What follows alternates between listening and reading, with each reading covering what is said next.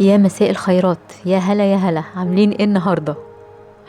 النهارده اليوم الخامس والاخير من ماستر يور فود كريفنج تشالنج. قولولي عاملين ايه؟ احنا خلاص اخر يوم. كام واحد او واحده بدأ يعني يبقى في علاقه جديده بينها وبين اكلها او بينه وبين اكله؟ ما بقاش او ما بقتش تفكر في الكريفنج بنفس الطريقه. شاركوني، منتظره مشاركتكم. انا عايزه اشكر كل بطل وبطله شاركوني التشالنج ده. وكل بطل وبطله شاركوا وتجاوبوا وبداوا يطبقوا حقيقي. عملتوا للتشالنج روح جميله جدا ما شاء الله. ومبروك لكل الفائزين اللي هيفوزوا معانا في المسابقه ان شاء الله. يعني انا ببارك لهم مسبقا. المسابقه ان شاء الله هقولها في اخر التشالنج ده. تمام، هقولها في اوديو منفصل. وهيبقى فيه 3 فائزين معانا بجوائز وهدايا قيمة جدا بإذن الله. النهاردة هقدم لكم مبدأ جميل قوي ومفيد، مفيد جدا. بس خلونا نراجع سريعا.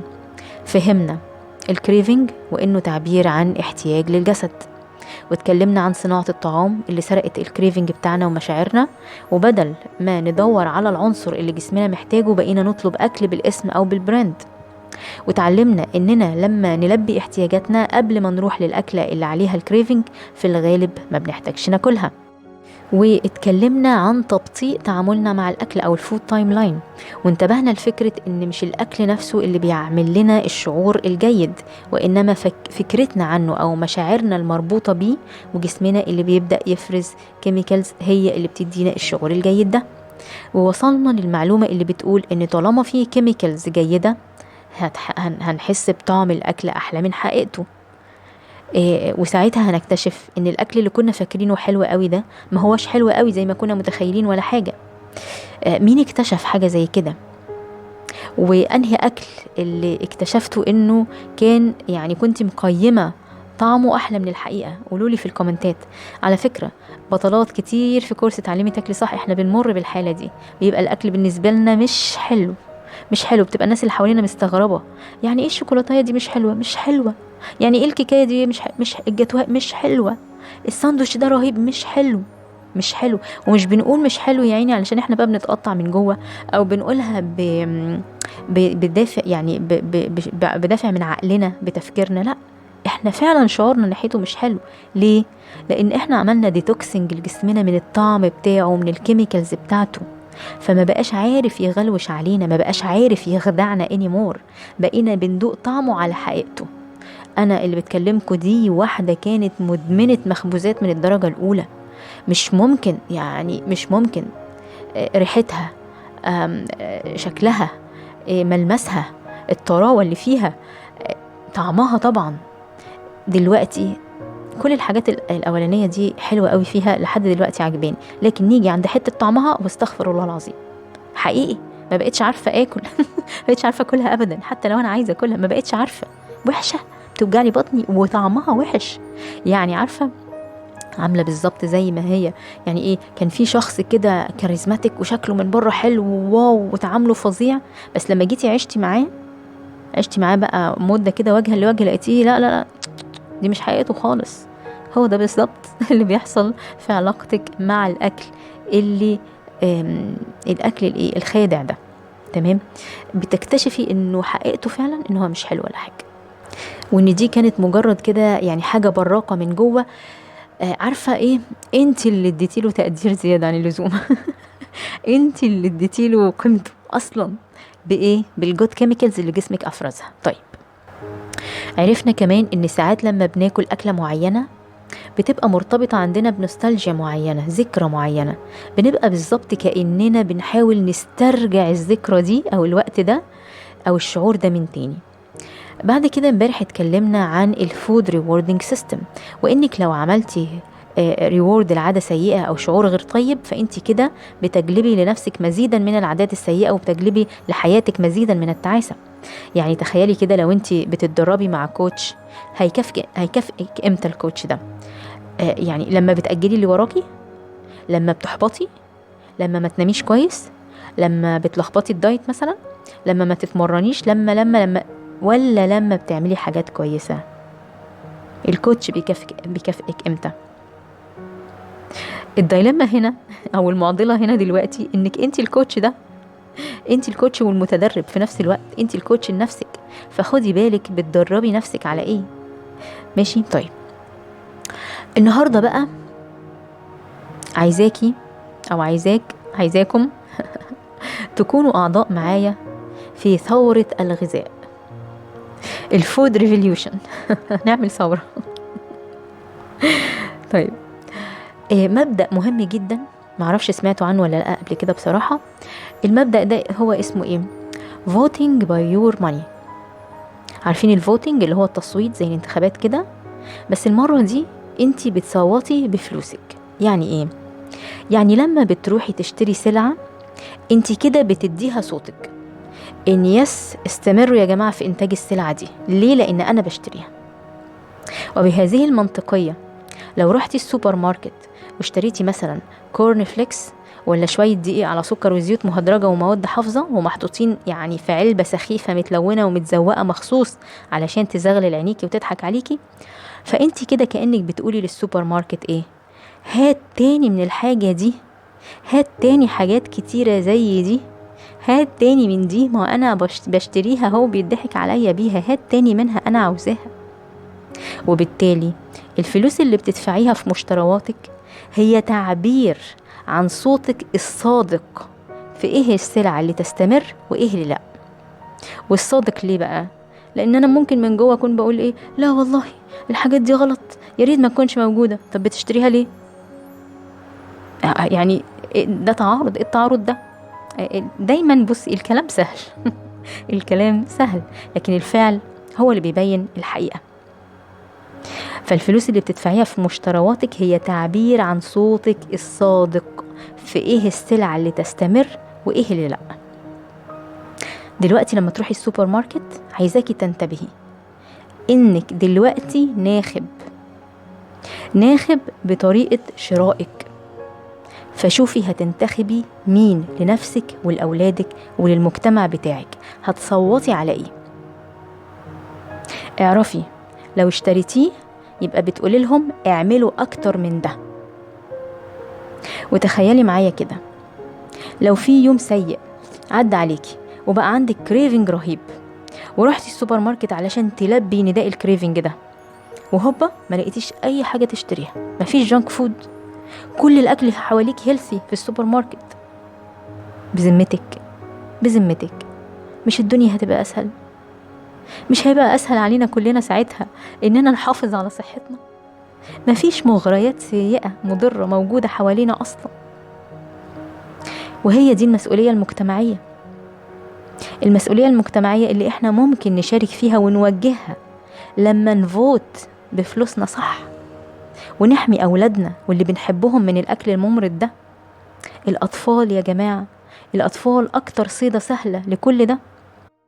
اهو دلوقتي ولمدة الاسبوعين الجايين ان شاء الله كل ما هتروحي تشتري اكلة صوتي هيطلع في دماغك وهتلاقيني بقولك انتي عايزة تدي صوتك لده، عايزة تدي صوتك لاستمرار ده ولا لأ، وانتي بقى قرري ساعتها. ويا للروعة لما تطبقي ده وتلاحظي قد ايه ده عمل شفت او تغيير لحالتك النفسية وللكريفنج بتاعك ولصورتك الذاتية عن نفسك وإرادتك. جربي حاجة كمان. كام واحدة قطع سكر وراحت تشتري حاجة وبتقرأ الليبل او الملصق اللي مكتوب عليه المكونات ولقت ان من مكونات الحاجة اللي عايزة تشتريها دي سكر، وحست بالإحباط لأنها كانت عايزة تشتري المنتج ده، بس للأسف من ضمن مكوناته السكر أو مثلا زيوت مهدرجة أو جلوتين. كم حد فينا حصل له ده؟ بنبقى مستعدين نشتري الحاجة بس للأسف مكوناتها فيها سكر أو فيها دهون نباتية. طيب عايزة مثلا أشتري مايونيز فألاقي محطوط فيه زيت صويا ومحطوط فيه سكر. طب عايزة اشتري صلصة ألاقي معرفش فيها ايه. عايزة اشتري حتى عصير لأولادنا فيه كذا كذا. يعني الواحد بيجي عليه وقت بيحس بالإحباط. وشوفي بقى لما تحسي بالإحباط بيعمل ايه؟ بيؤدي للحزن وللمشاعر الهابطة، ودول نفسهم في حد ذاتهم craving triggers. بيتريجروا الكريفنجز عندك، بيفعلوا الكريفنجز عندك، يعني بينشطوا الكريفنج عندك. فتخيلي بقى ينتهي بيكي الحال في بعض الأحيان إنك تشتريه فعلا من كتر الإحباط. وبعدين تحسي بإيه؟ بتحسي بإيه بعد ما تشتري الحاجة اللي ما كنتيش عايزة تشتريها دي وتاكليها؟ احترامك لذاتك بيروح فين؟ تقديرك الذاتي بيحصل له إيه؟ تبتدي تحسي بالذنب، بالعار. وجس وات، الإحساس بالذنب والعار في حد ذاته بينشطوا الكريفنجز أكتر وأكتر. ودلوقتي انت بقيتي محبوسة في دايرة مغلقة من المشاعر الهابطة والكريفنج. وصل لكم قصدي؟ طيب تعالوا نستعرضها بطريقة تانية. رحت السوبر ماركت، عايزة اشتري صلصة طماطم مثلا، وبحاول ادور على نوع نضيف وكويس، وببص في المكونات ولقيت من ضمن المكونات سكر. انا بدي مثال على فكرة، يعني انا دايما بعمل الصلصة بتاعتي عندي، بشيلها جاهزة في الفريزر علشان اسهل على نفسي وما احتاجش الجأ لاي حاجة مصنعة او جاهزة. تمام. طيب لقيت الصلصة فيها سكر، وهم على فكرة مش محتاجين ابدا يحطوا في الصلصة سكر، يعني دي مش من وصفة عمل الصلصة ان يبقى فيها سكر. بس ليه بيتضاف ليها سكر؟ هو بيتضاف ليها سكر مخصوص علشان السكر بيعمل كريفنج، وبيعلي عندك الرغبة في أكل المزيد، وبيعلي الدوبامين عندك، فتحسي إن طعم منتجهم أحلى من المنتجات التانية، فتفضلي تشتري منه على طول. المهم، طيب لو بصيت للصلصة وحصل لي إحباط، هيبقى كده فعلنا السايكل اللي احنا لسه قايلين عليها دلوقتي.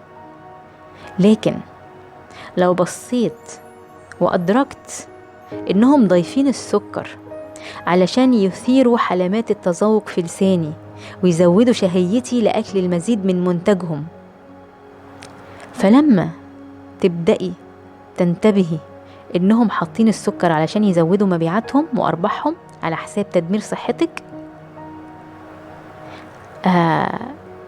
هتفكري هل ده شيء يخليني أحبط إن أنا ما حصلتش على منتجهم المعفن ده؟ منتجهم المعفن ده بطاقتهم ونيتهم الخبيثة دي. أنا ما أحبش بصراحة، أنا ما أحبش أدخل جسمي حاجة حد عاملها لي بنية خبيثة وطاقة منخفضة زي دي، وما أعتقدش إني هحس بالإحباط أبدا.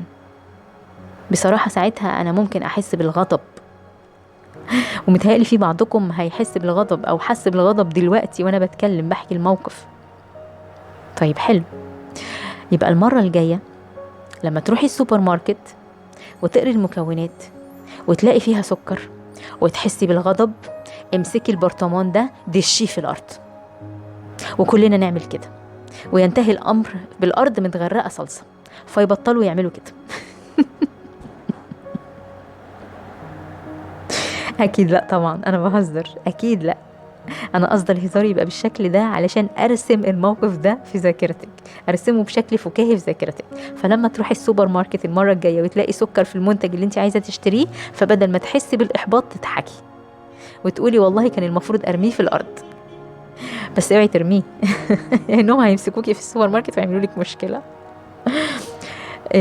ده موقف حكيته لزرع فكرة معينة وشعور إيجابي في ذهنك يحصل لك بدل ما تحسي بالإحباط. خلاص انتوا فاهمين قصدي؟ تمام. طيب يبقى بدل الإحباط خليه فهم، لأنهم بيعملوا كده للتلاعب بيكي وبالسيستم البديع اللي ربنا خلقه فيكي. بيلعبوا بجسمك لمصلحة مبيعاتهم السخيفة وعلى حساب صحتك الغالية والقيمة. افهمي، اغضبي لو عايزة، وبعدين خدي الأكشن الصح، وما تصوتيش للديلرز دول، ما تشتريش، لأن دي حقيقتهم فعلا، هم حولوا الأكل لمخدرات. وده هدف التشالنج بتاعنا، إنه يزود مستوى وعيك بالطعام وعلاقتك بيه، ويحطك على سكة التحرر من إدمانات الطعام بشكل واعي وعملي. وهي دي الطريقة اللي بحب أصمم بيها البرامج اللي بقدمها، مش بس إنها تكون تعليمية، لكن كمان تكون لذيذة ويسيرة وترانسفورميشنال، يعني تعمل تحول حقيقي، مايند شيفت في تفكيرك ومشاعرك ووعيك. أتمنى يعني إنها تكون لذيذة. ماشي. أنا وصفتها إنها لذيذة، أتمنى إن ده نفس الوصف اللي يبقى عندكم يعني. طيب، اعتقد باذن الله ان كتير منكم الفتره الجايه هيلاقي لكلامي وللحاجات اللي عملناها مع بعض في التشالنج ده صدى وتاثير على حياته وعاداته الغذائيه وطريقه تفكيره ومشاعره. بس خليني انبهك لنقطه مهمه قوي. لو رحتي جيم وانتظمتي لمده اسبوع او 2 هتلاقي فايده وعضلاتك هتبدا تبقى اقوى. لكن لو وقفتي هترجع عضلاتك تضعف تاني وتخسري اللي كسبتيه. وعشان كده أنا عايزاكي تفضلي محافظة على اللي وصلتي له ده، بل وتبني عليه كمان. وأحد الطرق اللي تساعدك تعملي كده إنك تبدأي تعلمي نفسك في مجال التغذية، تتعلمي عن الأكل وعن احتياجات جسمك وصحتك.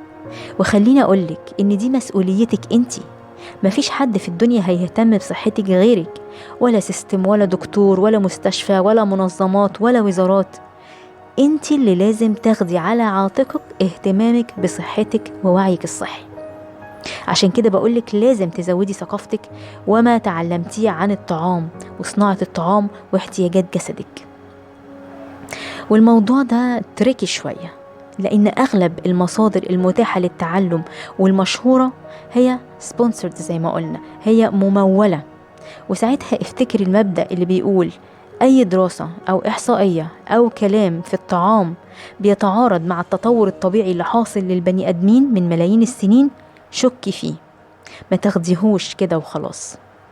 دي الطريقة التانية اللي ممكن تزودي بيها وعيك عن الطعام وإن انتي تستمري في الرحلة اللي بدأناها مع بعض، إنك تحاوطي نفسك بناس عايزين صحتهم تبقى أفضل. اختاري كوميونيتي تنضمي ليه، يبقى له نفس أهدافك الصحية وعلى نفس طريقة تفكيرك ووعيك بالأكل. للأسف في جروبات كتير شهيرة على الفيسبوك متابعينها بالملايين، والمفروض إن هي جمع الناس اللي مهتمة بالأكل الصحي، ولكن هي بصراحة يعني environment صعبة قوي. كمية المغالطات والتنمرات والترويج لمعلومات غذائية خاطئة يعني كتير قوي عليها. المحتوى الثمين فيها بيضيع وسط الغث ده كله. فبليز تخيري لنفسك بيئة مساعدة وليست بيئة معادية، واختاري، حكمي عقلك، اختاري وانتبهي كويس انتي بتنضمي لمين والسيستم بتاعهم عامل ازاي. خلي بالك كمان بتقضي اغلب وقتك مع ناس هدفهم الصحي ايه، اصحابك المقربين ليكي ايه، نظامهم ايه. خلي بالك من النقطة دي قوي، لان يعني بطلات كتير قوي بتؤتى من النقطة دي، واصحابها او احد افراد اسرتها بيكونوا سبب مباشر في عرقلتها طول الوقت عن اتباع نظام غذائي صحي بيساعدها على التطور والتعافي. طيب دي الطريقة التانية. الطريقة التالتة، اطلبي المساعدة من حد متخصص تثقي فيه. لو مش عارفة لوحدك اطلبي مساعدة. في بنات سيدات او رجال بتعرف تمشي لوحدها كويس جدا، يعني فقط لو اخدت المعلومة الصح بتعرف هي تطبق وتكمل وتوصل. وفي بنات تانية بتحتاج كوتشنج، بتحتاج توجيه مستمر وحد يبقى معاها في بداية الطريق. فلو انت من النوع الاول يبقى كل اللي انت محتاجاه مصدر موثوق فيه وجيد لمعلوماتك الغذائية، وانت بعد كده هتعرفي تمشي لوحدك. ولو انت من النوع التاني ما تتردديش في طلب المساعدة. وخلي بالك الفود اندستري بجد صعبت علينا الموضوع قوي بكمية التلاعب بالمشاعر اللي حاصله. انا في اعلان دايما كان بيطلع لي كده على اليوتيوب بيقول ايه، ودع الاكل الحزين اللي اتعودت عليه واطلب دلوقتي من معرفش مين. تخيلوا، fulfill your cravings and order now.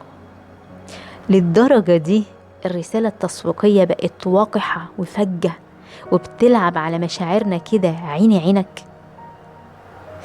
الفود سايكولوجي او سيكولوجيا الطعام واحد من المجالات الجميلة جدا واللي بتثير شغفي بشدة، وعلشان كده اعلانات زي دي بتصيبني بالغثيان حقيقي يعني. علشان انا فاهمة هم بيلعبوا على ايه، السايكولوجي اللي بيستخدموها ايه. طيب، عايزة اعرف منكم، هل التشالنج ده عرفتوا فيه حاجات جديدة ما كنتوش تعرفوها قبل كده، خصوصا من الناحية النفسية عن الطعام؟ وايه اكتر معلومة عرفتيها جديدة واثرت فيكي؟ يعني احب اقرا مشاركاتكم واحب اقرا اجاباتكم. نقطة كمان احب اوضحها، انا اؤمن جدا بالتعلم التدريجي. ما ينفعش ادي واحد كل المعلومات واطلب منه مليون تغيير من اول لحظة كده. ده عامل كأنه واحد اول مرة يروح الجيم فرحت مشايله اوزان تقيلة جدا، مش مرحلته خالص انه يشيلها دلوقتي. وفي نفس الوقت اطالبه انه يبقى قوي، يعني وارادته قوية ويلا استحمل. لا، للأسف موضوع قوة الإرادة ده بيستخدم ساعات غلط في الدايت وفي اتباع النظام الغذائي الصحي. وعلشان كده كل البرامج اللي بصممها ببقى مراعية فيها جدا نقطة التدرج دي، والتغيير المرحلي والمبني على الفهم، مش مجرد أوامر صماء بتتنفذ، مش مجرد ورقة بتتكتب، مش مجرد خدي كل ده وما تاكليش ده. لا، أنا يهمني يحصل لك مايند شيفت، تغيير في عقلك، تغيير في طريقة تفكيرك، علشان لما تخلصي الكورس معايا تعرفي انت تكملي لوحدك، ما تفضليش محتاجاني طول الوقت. كمان التعلم في جروب مع ناس ليهم نفس هدفك بيبقى داعم جدا عن انك تكوني لوحدك. فكرة ان نبدأ دايت على طول، وان الناس دايما فكرتها عن الدايت ان هو يلا قولوا لي اكل ايه وما اكلش ايه، مش هي البداية الصح لمشوار علاقتك الصحية بجسمك وبطعامك. في افكار كتير قوي قوي بنبقى محتاجين نغيرها ونشتغل عليها ونعرف جذرها جواكي ونقدم لك الحلول البديلة ليها، علشان لما سيستم الافكار ده بيتبني جواكي صح بتقدري تكملي في الدايت بعد كده بسهولة. بتبقى مسألة ايه الاكل الصحي وايه اللي مش صحي مسألة سهلة، مسألة يعني هي الامر الايسر. ليه؟ لان في مايند شيفت حصل لك. فكرة الأكل الصحي طعمه وحش دي فكرة إحنا بننسفها تماما في الكورس بتاعنا. فكرة الأكل الصحي غالي، فكرة الأكل الصحي غير متوفر، فكرة أنا ما عنديش وقت، أنا ما عنديش إرادة، أنا بحس إني محرومة، أنا بحس إني مش حرة، أنا ما بحبش الالتزام والتقيد، وأفكار كتير كتير كتير من الأفكار يعني أنا بحب أسميها أفكار التدمير الذاتي اللي بتبقى جوانا ومعرقلة رحلة تقدمنا في العناية بصحتنا. بيتم التعامل معاها كلها قبل ما نبدأ ننتظم في أكل حقيقي. كمان بنتعامل مع صورتنا الذاتية عن نفسنا. احنا عايزين نفسنا يبقى شكلنا ايه، انا شايفة نفسي ايه وعايزة اشوفها ازاي، وبنشتغل على ده. فكرة الطعام ده بالنسبة لي بيمثل لي ايه، واحنا اشتغلنا على جزء كبير منه هنا مع بعض في التشالنج ده. فتحنا طرق كتير وافكار كتير تشتغلي بيها على نقطة زي كده. فكرة انا خايفة جوع، مفيش دايت صحي يخليكي تجوعي ابدا.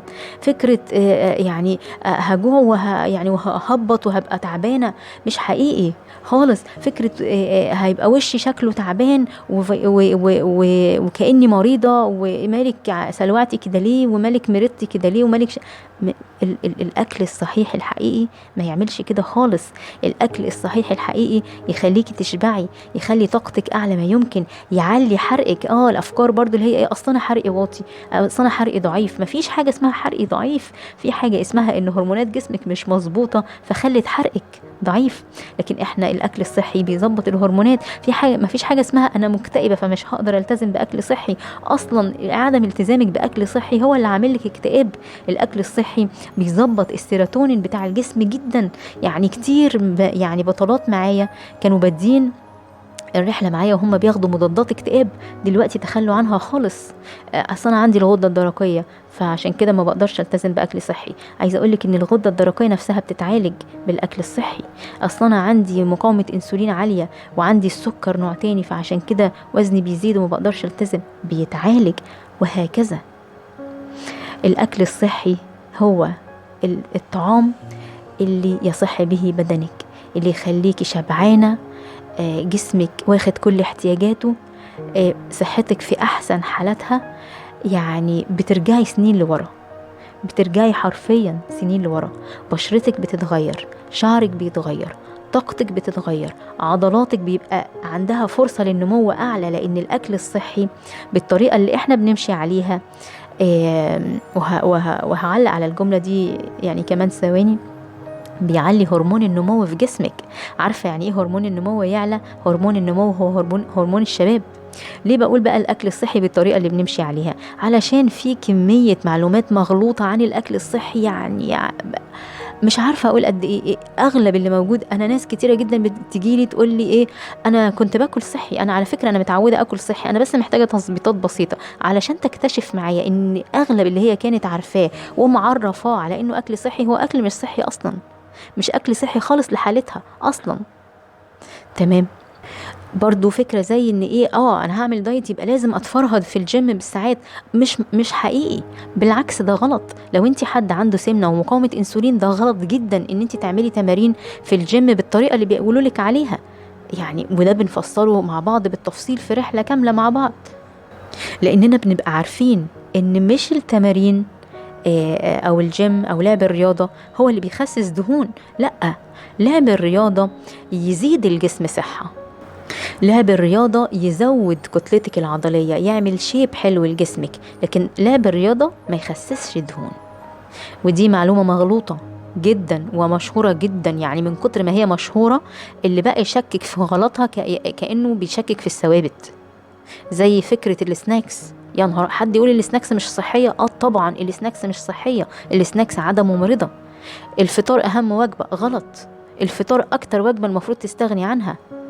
احنا بنضرب في الثوابت بنضرب في الثوابت. عشان كده كنت بقولك يعني خلي بالك وانتبهي، تخيري لنفسك السورس اللي بتستقي منه معلوماتك، تخيري لنفسك المصادر اللي بتجيبي منها معلوماتك، لان اغلب اللي منتشر عن التغذية الصحية هو لا صحية ولا اي حاجة. وده مش كلام اعتباطا بيتقال، دي دراسات معمولة حديثة بس محدش بيجيب سيرتها. وانا بقى شرحة بالتفصيل ليه غلط وليه محدش بيجيب سيرتها في الماستر كلاس 7 7 خطوات لدايت ناجح. والماستر كلاس زي ما قلت لك قبل كده هو مجاني وتقدري تحصلي عليه فورا. قولي لي بس وانا هبعتلك الروابط بتاعته، او ادخلي مباشرة على قناتي على اليوتيوب، هو محطوط دلوقتي مجانا على قناة اليوتيوب، شرح بقى فيه بالتفصيل الحاجات دي. 7 خطوات للدايت ناجح، واتكلمت عن الأكاذيب في عالم الدايت شكلها ايه، وحطينا مع بعض البوينتس الأساسية اللي لما تمشي عليها صحتك هتبقى أحسن ودايما تروح للأحسن يا رب. الدايت أو النظام الأكل الصحي أيا كان، لأن في ناس بتتضايق من كلمة دايت. هي كلمة دايت يعني نظام، يعني أنا ما بتضايقش من كلمة دايت. الدايت هو رحلة تغيير كاملة. الدايت مش ورقة أكل، مش ورقة كلي كذا وما تاكليش كذا. الدايت مش حساب سعرات، مش ميزان.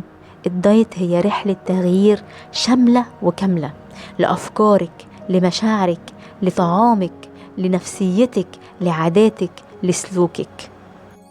لو عايزة تستزيدي من الفكر ده ومن الطريقة دي وتتعرفي على الطريقة دي أكتر، فهتلاقي فيديوهات كتير قوي على اليوتيوب من كورس اتعلمي تاكلي صح، أنا منزلاها مجانا، بتشرح فلسفة رحلتنا في الكورس شكلها ايه، فلسفة رحلتنا في الدايت شكلها ايه، فلسفتي أنا الخاصة في مجال التغذية شكلها ايه.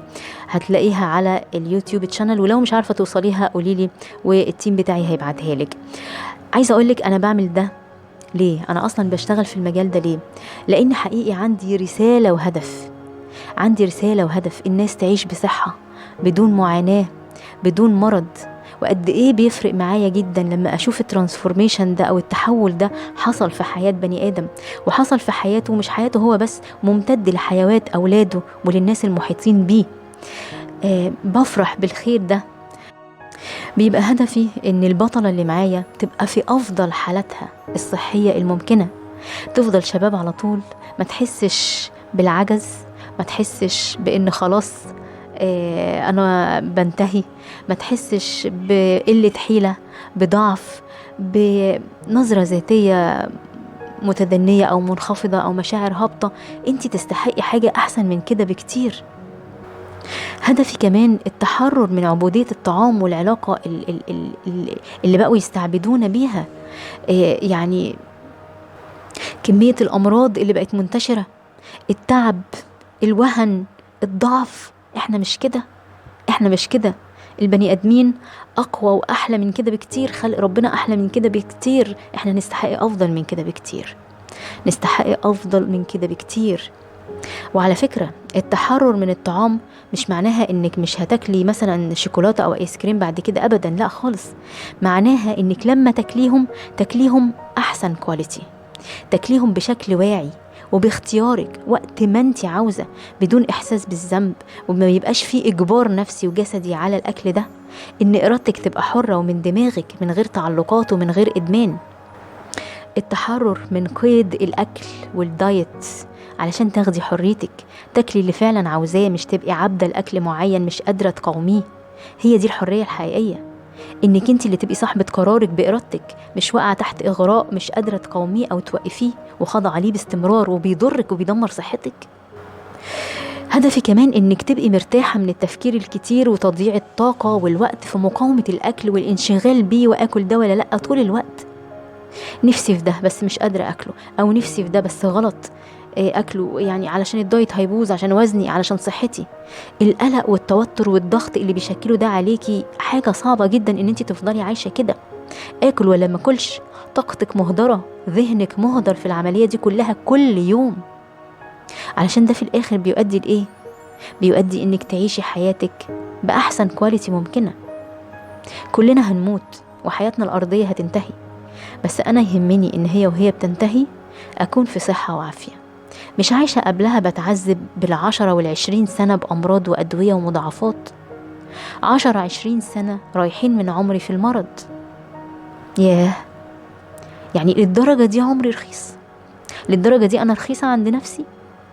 والسنين اللي قبلهم واللي هم مقدمة للمرض أكيد ما كانوش في أحسن، يعني ما كنتش في أحسن أحوالي فيهم، ما فعلتش فيهم طاقتي الحقيقية، قدراتي الذهنية الحقيقية، صحتي، اللايف كواليتي بتاعتي اللي تستاهل.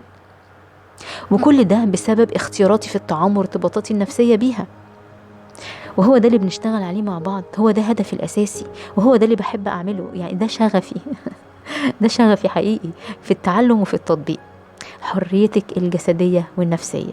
علشان كده دي كانت فود فريدم جيرني، ال5 أيام دولت يعني أعتقد ادوكي لمحة عن اللي ممكن يحصل في سلوكك وطريقة تفكيرك واعتقاداتك وعلاقتك بالطعام. طيب تعرفي كمان ان what you eat change what you think؟ يعني نوع الأكل اللي بتاكليه بيفرق في طريقة تفكيرك.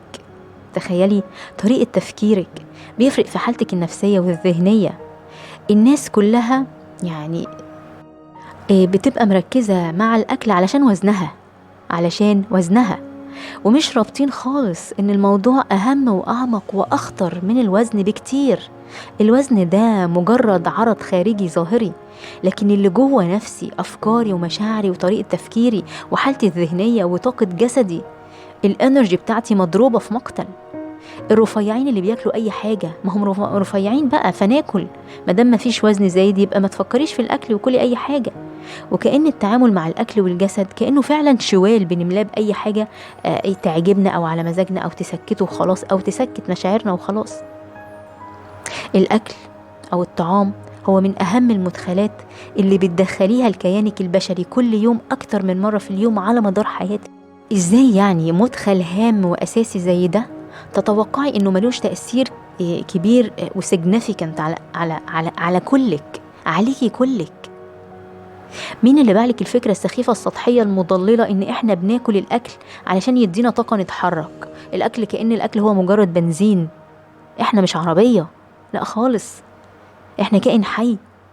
الاكل صحيح هو البنزين لجسمك، بس هو كمان اللي بتتصنع منه كل حتة في جسمك، حتى هرموناتك، افكارك. ما الهرمونات دي مأثرة في افكارك، مشاعرك، هرموناتك بتتصنع من الاكل. جلدك وشعرك وبشرتك ولون عينيكي وضوافرك كله بيتصنع من الأكل. المفهوم ده للأسف واقع عند بنات كتير قوي، وعشان كده ما بستغربش لما بنوتة تيجي تقولي أنا عندي غمقان في بشرتي، عايزة حاجة تفتحها، أو شعري بيقع أستعمله إيه، وهي مثلا عارفة إن عندها مقاومة إنسولين أو سكر، وبرضه لسه ما أدركتش الرابطة دي. ما هو بشرتك غامقة أو شعرك بيقع علشان بتاكلي أنواع أكل خاطئة. انواع اكل خاطئة وصلت جسمك لمرحلة مرضية ما. ادي جسمك احتياجاته صح، وجسمك هيعالج نفسه بنفسه. جسمك منظومة واحدة متكاملة مع بعضها، شعرك وبشرتك في نفس السيستم المريض، مش منفصلين. اسعي لإصلاح السيستم على بعضه بدل ما انت شاغلة نفسك بإصلاح الأعراض. طفي مصدر الحريقة، طفي مصدر الحريقة اللي في المطبخ بدل ما انت رايحة تكبي مية في الأوض اللي وصلها حريقة. مهما عرفتي تكنترول النار في الأوض هيفضل فيه حريقة شغالة. وحتى لو عرفتي تسيطري على النار اللي في الأوض هترجع تولع تاني، لأن المصدر يعني لسه موجود. ده التفكير المنطقي، مش كده؟ طيب في النهاية أنا عايزة أقول لكم إن أنا سعيدة جدا والله بيكم، وسعيدة جدا بالتشالنج والأيام الجميلة اللي قضيناها مع بعض. وعايزة أقول لكم إن يوم 15 أكتوبر إن شاء الله اللي هو بكرة هنبتدي راوند جديد من كورس اتعلمي تاكلي صح. أنا بدعو كل اللي تقدر تبقى معانا إنها تبقى معانا. متاح الكورس متاح للسيدات للكابلز يعني لو والدك معاكي، لو أخوكي، لو زوجك، يعني أي حد تكوني أنتي عارفاه. تمام. ومتاح جروب للرجال وجروب للسيدات. الكورس فيه تفاصيل كتير جميلة قوي قوي، يعني حقيقي الكورس ده أنا بقدمه من قلبي وبقدمه هدية لكل بطل وبطلة يعني عايزين يعملوا تغيير حقيقي ومستدام في صحتهم بشكل مختلف، بشكل حقيقي. هي الكلمة المعبرة، تغيير حقيقي بشكل حقيقي. كل المعلومات اللي محتاجة تعرفيها عن الكورس هتلاقيها على الموقع بتاعي www.lanamagdi.com lanamagdy.com، أو ببساطة اعملي كومنت هنا والتيم بتاعي هيرد عليكي ويبعتلك الموقع ويبعتلك كل التفاصيل اللي محتاجة تعرفيها. شكرا لكم جدا ان انتوا كنتوا معايا طول التشالنج ده. التشالنج هيفضل موجود هنا على التليجرام، وهيبقى موجود على اليوتيوب. اللي يحب يعيده ويكرره، اللي يحب يشيره من اليوتيوب يعني لأي حد حاسس ان هو هيفيده وهيفرق معاه، ده شيء يسعدني جدا. اتفضلوا اعملوا كده. يعني احب ان انتوا تفضلوا مشاركين معايا على التليجرام. قولوا لي الكومنتات بتاعتكم، قولوا لي اسئلتكم، لان انتوا لما بتسالوا انا بعرف ايه المواضيع اللي احنا محتاجين نتكلم فيها مع بعض، فابتدي اتكلم فيها. ويعني في النهايه اي بطل او بطله عايزين يعملوا تغيير حقيقي في صحتهم، لو تقدروا تكونوا معانا في الكورس فاعملوا ده بدون تردد. احنا هنبدا بكره ان شاء الله الاسبوع التحضيري. اتمنى اشوفكم هناك. وشكرا ليكم ومع السلامة، أشوفكم على خير. طبعا الهدايا هنعلن عنها في اوديو منفصل ورا ده على طول على التليجرام. ما انا ما نسيتش ولا حاجة. الهدايا بعد الاوديو ده على طول. باي باي.